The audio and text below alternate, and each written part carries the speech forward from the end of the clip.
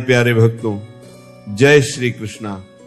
हम छोटी सी बात पर घबरा क्यों जाते हैं? हम चिंता और मानसिक दबाव को अपने ऊपर प्रभावी क्यों होने देते हैं? क्या वास्तव में हम अपने मस्तिष्क पर कोई संयम नहीं रख सकते? जब तुम्हारी मति शांत नहीं होती तो समझ लो कि तुम स्वयं के ही सबसे बड़े शत्रु बन चुके हो। क्योंकि जब तुम्हारा चित्त अशांत होता है तो तुम्हारी विचारधारा गलत निर्णय लेने लगती है। तुम तुच्छ बातों पर विचलित हो जाते हो और धीरे धीरे तुम्हारे जीवन से सुकून ओझल हो जाता है।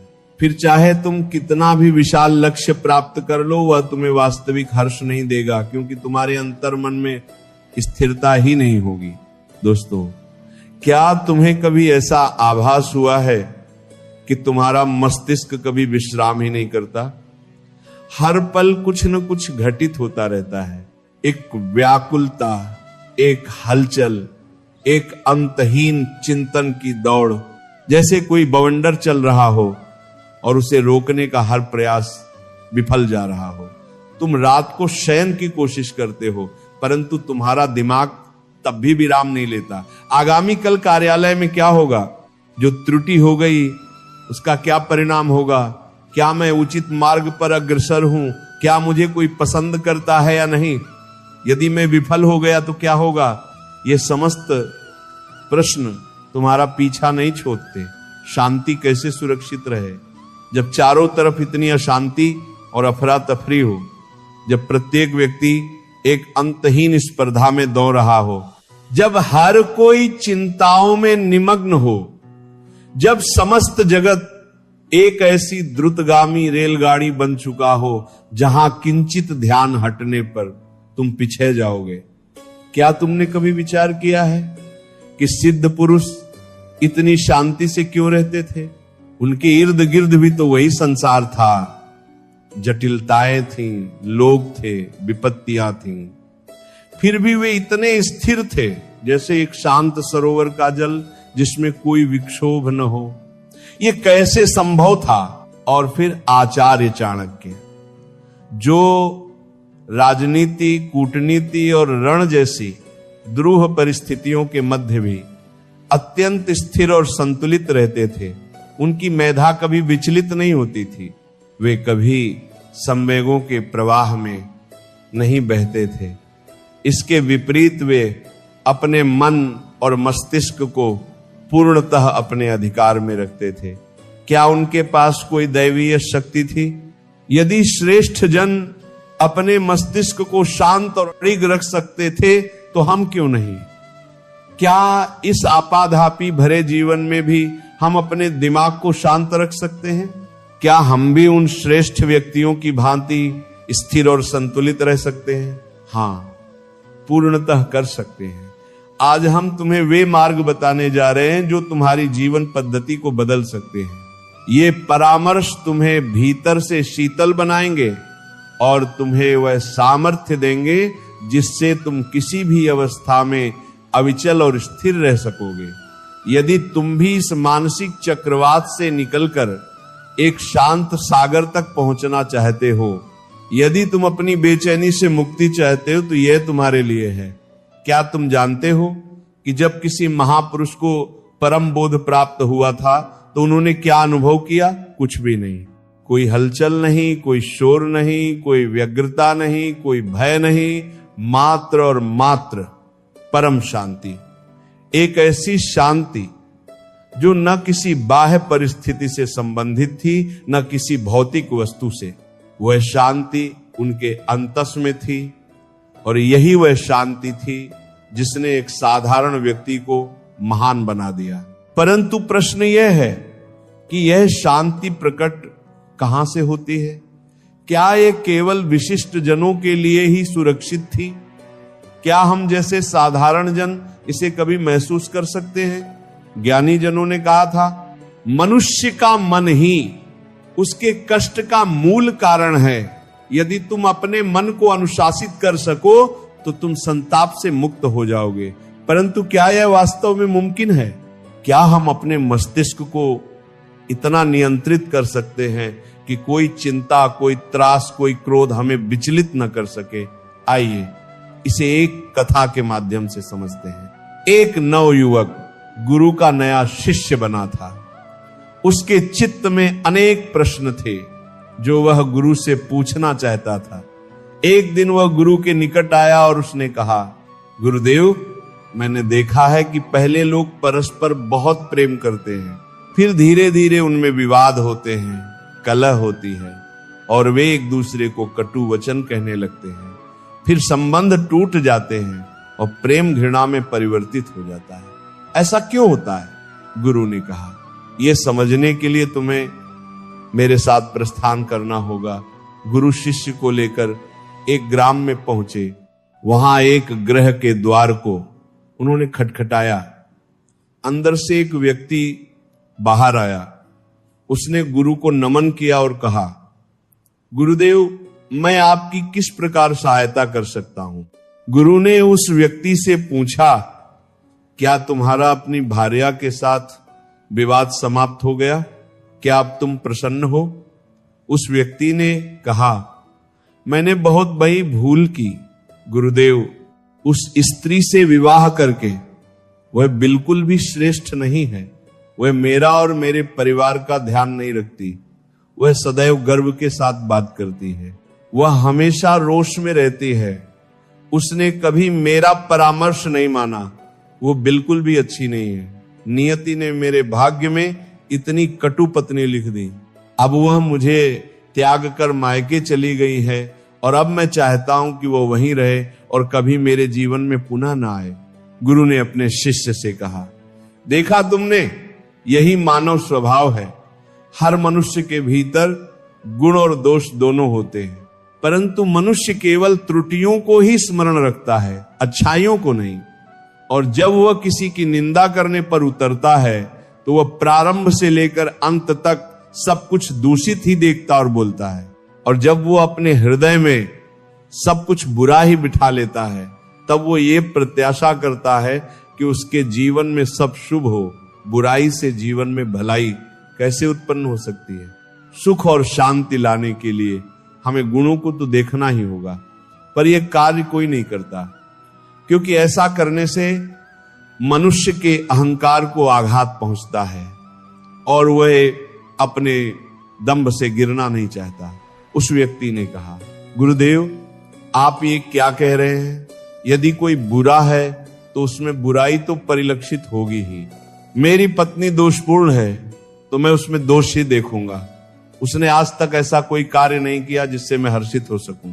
गुरु ने कहा, क्या तुमने कोई ऐसा कर्म किया जिससे तुम्हारी पत्नी को प्रसन्नता मिले? उस व्यक्ति ने कहा, उसने कभी मुझे ऐसा अवसर ही नहीं दिया गुरुदेव कि मैं उसके लिए कुछ कर सकूं। गुरु ने कहा, चलो तुम ये समस्त कमियां त्याग दो, विस्मृत कर दो, अपनी पत्नी की कोई एक विशिष्ट अच्छाई स्मरण करो और मुझे बताओ। उस व्यक्ति ने कहा, एक बार मेरी जननी अत्यंत अस्वस्थ हुई थी, तब उसने उनकी बहुत सेवा की थी। उस काल में उसने दिन रात का भी ध्यान नहीं रखा था। गुरु ने कहा, क्या इसके अतिरिक्त तुम्हें कोई और गुण याद आ रहा है?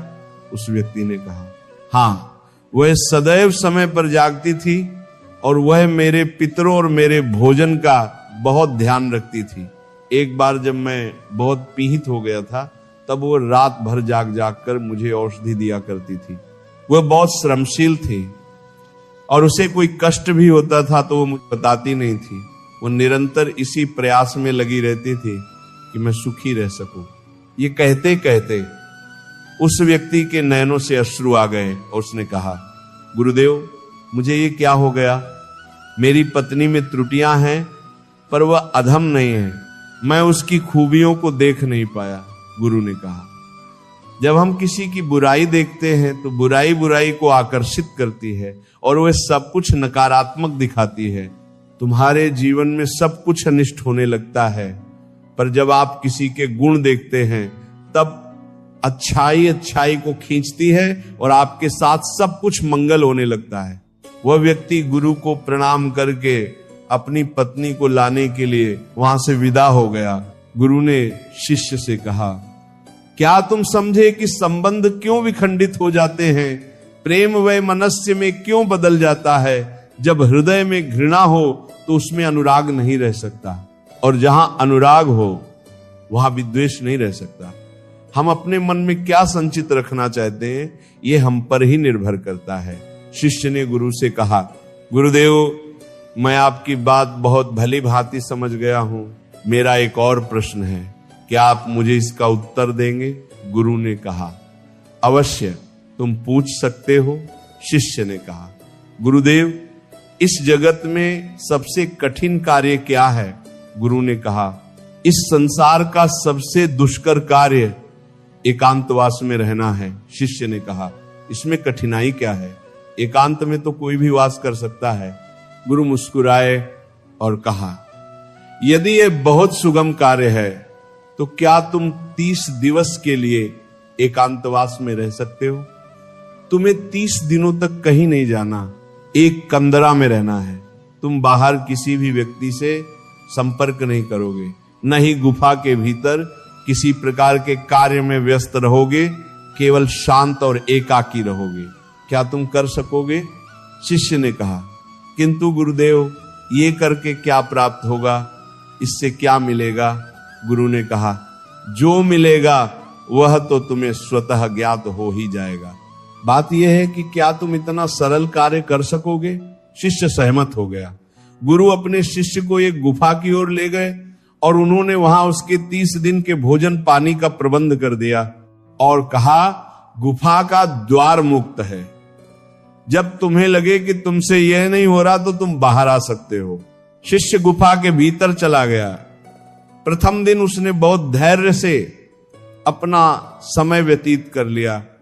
द्वितीय दिन उसे विचित्र सा अनुभव होने लगा। उसका मन बार बार बाहर की ओर भाग रहा था, उसे व्याकुलता हो रही थी। वो इधर उधर टहलने लगा, भयभीत होने लगा। जैसे तैसे करके उसने दूसरा दिन भी काट लिया। तृतीय दिन वो बहुत बेचैन हो गया। उसने विचार किया कि वह ये क्या व्यर्थ का काम कर रहा है, बाहर न जाने क्या क्या घटित हो रहा होगा, और वह यहां कंदरा में बैठा है। वह तीसरे दिन ही गुफा से बाहर आ गया और गुरु के पास पहुंचा। शिष्य को देखते ही गुरु ने कहा, मैं तुम्हारी ही प्रतीक्षा कर रहा था। 30 दिन एकांत में रहने का वचन हुआ था, तुम तो 3 दिन में ही बाहर आ गए। शिष्य ने कहा, पता नहीं गुरुदेव, पर मैं भीतर से बहुत व्यग्र हो रहा था, बार बार बस बाहर जाने की इच्छा हो रही थी। इन 3 दिनों में मैं एकांत भी नहीं साध पाया। मन में बहुत सारे विचार, संवेग और बहुत कुछ चल रहा था। कोई मुझे बलपूर्वक बाहर की ओर खींच रहा था। गुरु ने कहा, वह कोई और नहीं, तुम्हारी अपनी मति थी। मन को एकांत प्रिय है ही नहीं, वह हमेशा किसी अन्य को खोजता रहता है। जब उसे कोई दूसरा दिखाई नहीं देता, उसे कोई संगी नहीं मिलता, तो वह भी बेचैन हो जाता है, क्योंकि उसका अस्तित्व अन्यों से ही है। यदि दूसरे नहीं होंगे तो मन की शक्ति क्षीण हो जाएगी और वह तुम पर से अपना शासन खोने लगेगा। इसीलिए वह शीघ्र से शीघ्र तुम्हें बाहर की ओर ले जाना चाहता था और तुम बाहर आ गए। शिष्य ने कहा, गुरुदेव, आप सत्य कहते हैं, एकांतवास करना संसार का बहुत ही दुष्कर कार्य है। गुरु ने कहा, तुमने ये नहीं पूछा कि इस दुनिया का सबसे सुगम कार्य क्या है? शिष्य ने कहा, गुरुदेव, मेरे मन में ये प्रश्न भी था पर मैं पूछ नहीं पाया। गुरु ने कहा, इस दुनिया का सबसे कठिन कार्य एकांतवास है, तो इस दुनिया का सबसे सरल कार्य भी एकांतवास ही है। शिष्य ने कहा, आप ये क्या कह रहे हैं गुरुदेव, मैं कुछ समझ नहीं पा रहा। गुरु ने कहा, एकांतवास हमारा मूल स्वभाव है। हम अपनी प्रकृति से दूर हो गए हैं। मन के बुने जाल में हम हमेशा किसी अन्य को ही खोजते रहते हैं और अपने एकांत को गंवा बैठते हैं। एकांत को साधना नहीं पड़ता, बल्कि वही हमारा वास्तविक स्वरूप है।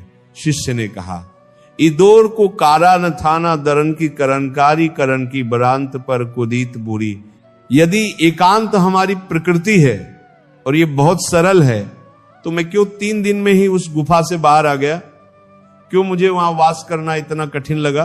क्यों मैं वहां भी व्यग्र हो गया? गुरु ने कहा, जब तक एकांत तुम्हारे भीतर से अंकुरित नहीं होगा, तक चाहे तुम किसी गुफा में अवरुद्ध करके ही क्यों ना रखे जाओ, तुम एकांत में नहीं रहोगे। वहां भी तुम अपने चारों ओर भी एकत्र कर लोगे और वह भी तुम्हारे मन के भीतर होगी। गुरु शिष्य को अपने साथ एक सरिता के पास ले गए और कहा, इस नदी पर यदि बांध न हो तो तुम्हें कितना समय लगेगा, क्या तुम उसे आज के आज निर्मित कर सकते हो? शिष्य ने कहा, नहीं गुरुदेव, एक दिन में ये कैसे होगा, 2 दिन 3 दिन या 4 दिन में भी नहीं होगा, इसमें तो बहुत समय लगेगा। धीरे धीरे बांध की संरचना होगी, उसकी हर बाधा को देखा जाएगा और उससे निपटा जाएगा और शनै शनै समय के साथ बांध तैयार होगा। गुरु ने कहा, उचित कहा तुमने। ठीक इसी प्रकार मन की नदी पर धीरे धीरे बांध बांधा जाता है, 1 2 या 3 या 4 दिन में नहीं, धीरे धीरे समय लगाकर यह किया जाता है। शिष्य ने कहा, गुरुदेव मैं आपका आशय समझ गया हूं, मैं भी धीरे धीरे अपने मन पर अंकुश लगाने की तैयारी करूंगा। शिष्य ने अपनी साधना पर ध्यान केंद्रित किया। वह धीरे धीरे मन के विपरीत खसा होने लगा। उसने लघु संकल्प लेने प्रारंभ किए। उसने बहुत सारे संकल्पों को पूर्ण किया और बहुत सारे संकल्प उसके अपूर्ण रह गए जो टूट गए थे, पर हर बार वह और अधिक सशक्त होता चला गया। उसका स्वयं पर नियंत्रण पहले से सुदृढ़ होता जा रहा था। धीरे धीरे उसके छोटे छोटे संकल्प विशाल प्रतिज्ञाओं के रूप में उभरने लगे। फिर एक दिन उसने दृढ़ निश्चय किया और वह उस गुफा के भीतर प्रविष्ट हुआ। 30 दिन वह उस गुफा से बाहर नहीं आया। जब 30 दिवस व्यतीत हो गए तो गुरु को अपने शिष्य की चिंता हुई और वह गुफा के भीतर गए। उन्होंने देखा कि उनका शिष्य बिल्कुल शांत होकर एक स्थान पर ध्यानस्थ बैठा हुआ है।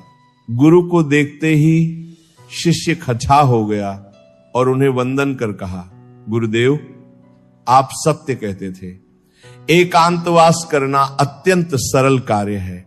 एकांत ही हमारा मूल स्वभाव है और यही हमारी प्रकृति है।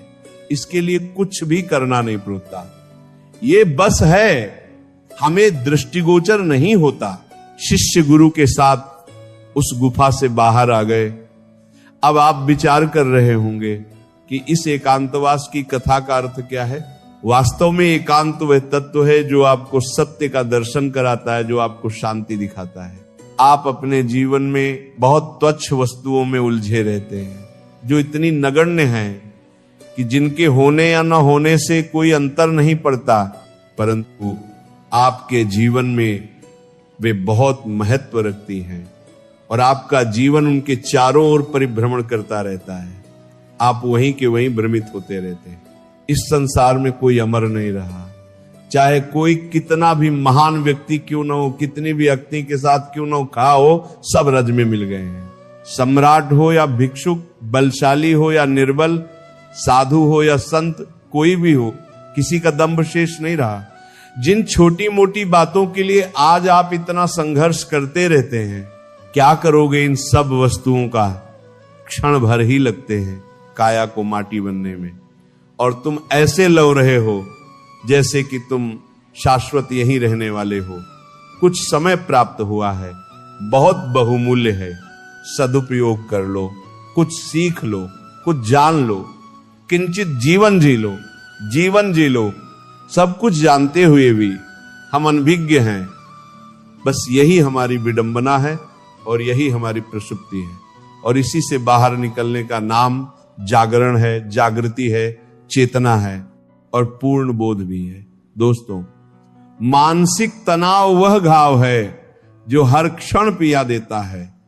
एक ऐसा जख्म जो दिखता नहीं पर भीतर से मनुष्य को शनैः शनैः विखंडित कर देता है। कोई और घाव होता है तो काल के साथ भर जाता है, पर यह मानसिक क्षत हर पल तहा रहता है। ये हमें शांति से जीने नहीं देता, सोने नहीं देता, प्रफुल्लित नहीं होने देता। पर क्या कभी तुमने विचार किया है कि इस घाव को गहरा करने वाला कोई अन्य नहीं, हम स्वयं हैं। हम अपने ही विचारों से स्वयं को आहत करते हैं। किसी ने कुछ कहा और हम उसे पुनः पुनः स्मरण करते हैं। किसी ने विश्वासघात किया और हम प्रतिदिन उस पिया को दोहराते हैं, किसी बात का भय बैठ गया तो हम उसी डर को अपने मस्तिष्क में जीवित रखते हैं। ये सब मिलकर तनाव का विष बन जाते हैं और धीरे धीरे हमें समाप्त करने लगते हैं। पर जीवन का यथार्थ ये है, जिसे तुम तनाव कह रहे हो वह तुम्हारी चिंतन प्रक्रिया का परिणाम है। परिस्थितियां कभी अवसाद नहीं लाती, बल्कि हमारा दृष्टिकोण तनाव लाता है। वही व्यक्ति जो एक स्थिति में टूट जाता है, दूसरा उसी स्थिति में निखर उठता है। अंतर केवल इतना है कि एक ने परिस्थिति को शिक्षक बना लिया और दूसरे ने भार। देखो, जीवन में हर वस्तु का सामना किया जा सकता है, लेकिन जब मन संकुचित हो जाता है, जब विचार कठोर हो जाते हैं, तब हर मंद झोंका भी बवंडर बन जाता है। तनाव तब नहीं होता जब आपदा आती है, तनाव तब होता है जब हम समस्या को अंगीकार नहीं कर पाते। जीवन का एक अनुपम रहस्य है, जो स्वीकार कर लिया जाता है वह बोझ नहीं रहता। तुम केवल उस वस्तु से दुखी हो जिसे तुमने स्वीकार नहीं किया। मान लो कोई तुम्हारे विषय में अनुचित बोल दे, यदि तुम अंतर्मन से जानो कि तुम्हारा चित्त निर्मल है तो उसकी बातों से तुम्हें ठेस नहीं लगती।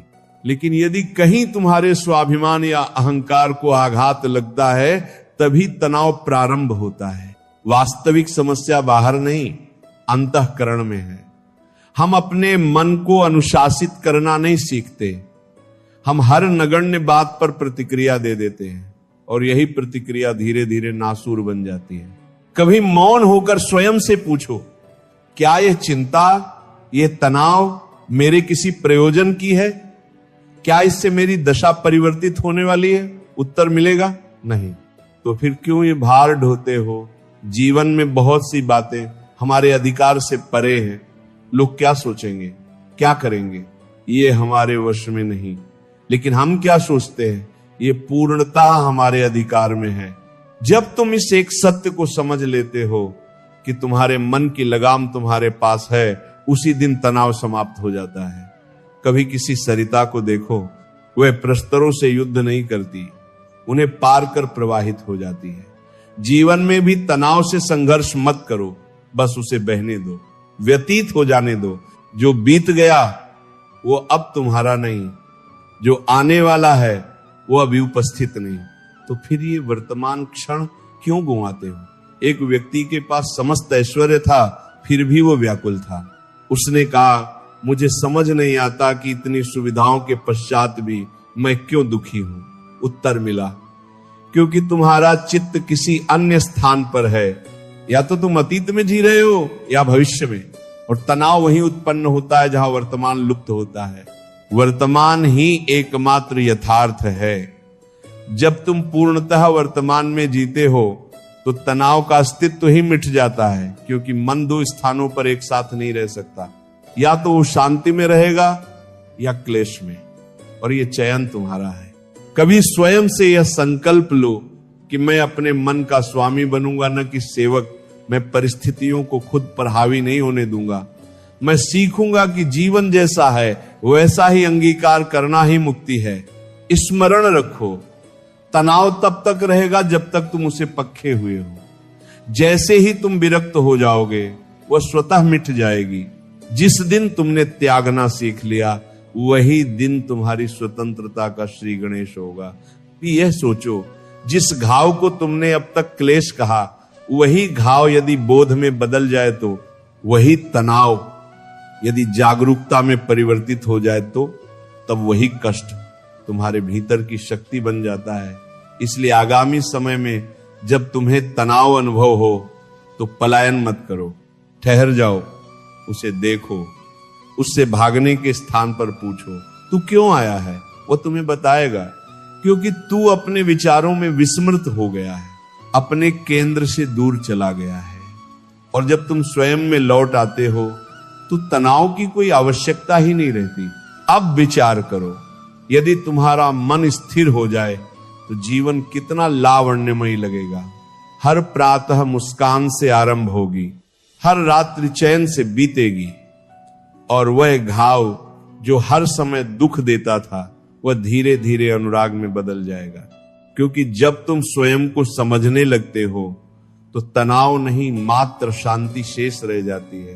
तनाव वह घाव है जो हर समय पिया देता है, एक ऐसा जख्म जो देह पर नहीं आत्मा पर अंकित होता है।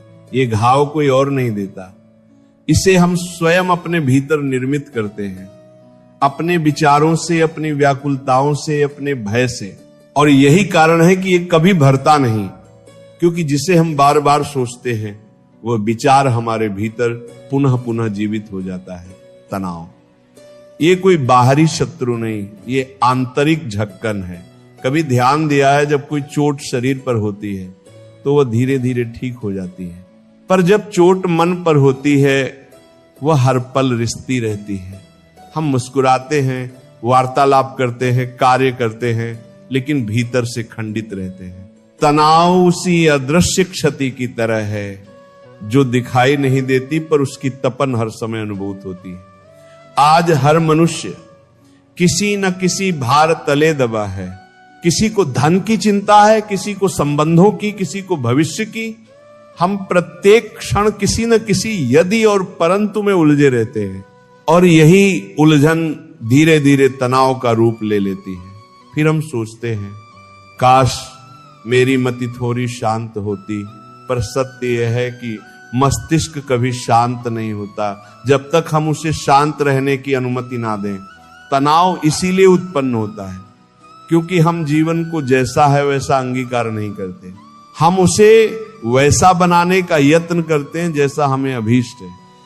हम चाहते हैं कि लोग हमारे विचार समझें, पर स्वयं किसी की बात श्रवण करना नहीं चाहते।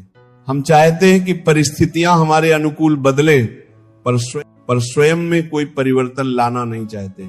यही द्वंद्व तनाव का आधार है। क्योंकि जब जो है और जो हम चाहते हैं कि मध्य दूरी बनती है, तो वही दूरी संताप बन जाती है। जो व्यक्ति इस मर्म को समझ लेता है कि जीवन को अनुशासित नहीं किया जा सकता, केवल जिया जा सकता है, वह तनाव से विमुक्त हो जाता है। तनाव की जड़ नियंत्रण की लालसा में है। हम सोचते हैं कि यदि सब कुछ हमारे अनुसार चले तो जीवन सुखमय होगा, पर यथार्थ यह है कि जो सब कुछ अपने अनुसार संचालित करना चाहता है वही सर्वाधिक संतप्त रहता है। क्योंकि जीवन कभी किसी के आदेश पर नहीं चलता, वह अपने स्वभाव से गतिमान रहता है। कभी रुक कर देखिए, वृक्ष पवन के साथ झुकते हैं तभी वे झंझावात में टिक पाते हैं। यदि वृक्ष अकन जाए तो टूट जाता है। जीवन भी ऐसा ही है, जो विनम्र हो गया वह बच गया, जो झुकना नहीं जानता वह बिखर जाता है। तनाव उसी हठ का परिणाम है। जब हम कहते हैं ऐसा नहीं होना चाहिए था, वो ऐसा क्यों बोला, मेरे साथ ही ऐसा क्यों होता है, तो हम भीतर ही भीतर उस परिस्थिति से लादते रहते हैं। और यही इसीलिए आज से एक छोटा सा परिवर्तन करो। हर परिस्थिति को बदलने से पहले अपनी प्रतिक्रिया को बदलना सीखो। जो तुम्हारे हाथ में है उस पर कर्म करो, और जो तुम्हारे हाथ में नहीं है उसे ईश्वर के चरणों में छोड़ दो। जब मन में चिंता उठे तो तुरंत उसके पीछे मत भागो, कुछ क्षण रुक जाओ, गहरी श्वास लो और स्वयं से पूछो, क्या यह बात मेरे नियंत्रण में है? यदि हां, तो शांत होकर अपना कर्म करो, और यदि नहीं तो उसे छोड़ देना ही बुद्धिमानी है। याद रखो, जीवन में शांति परिस्थितियों के बदलने से नहीं आती। शांति तब आती है जब हम परिस्थितियों के बीच भी स्वयं को स्थिर रखना सीख जाते हैं। जो बीत गया उसे जाने दो, जो आने वाला है उसकी चिंता मत करो, और जो इस क्षण तुम्हारे सामने है उसे पूरी सजगता के साथ जी लो। जीवन बहुत छोटा है, इसे चिंता, क्रोध और व्यर्थ के विचारों में मत गंवाओ। अपने मन को अपना मित्र बनाओ, क्योंकि जिस दिन मन तुम्हारा मित्र बन गया उसी दिन संसार की कोई परिस्थिति तुम्हारी शांति को छीन नहीं पाएगी। बस इतना स्मरण रखना, परिस्थितियां तुम्हारे हाथ में नहीं है, लेकिन अपनी प्रतिक्रिया तुम्हारे हाथ में है। और यही समझ तनाव से शांति की ओर तुम्हारी पहली यात्रा है। जय श्री कृष्णा। राधे राधे।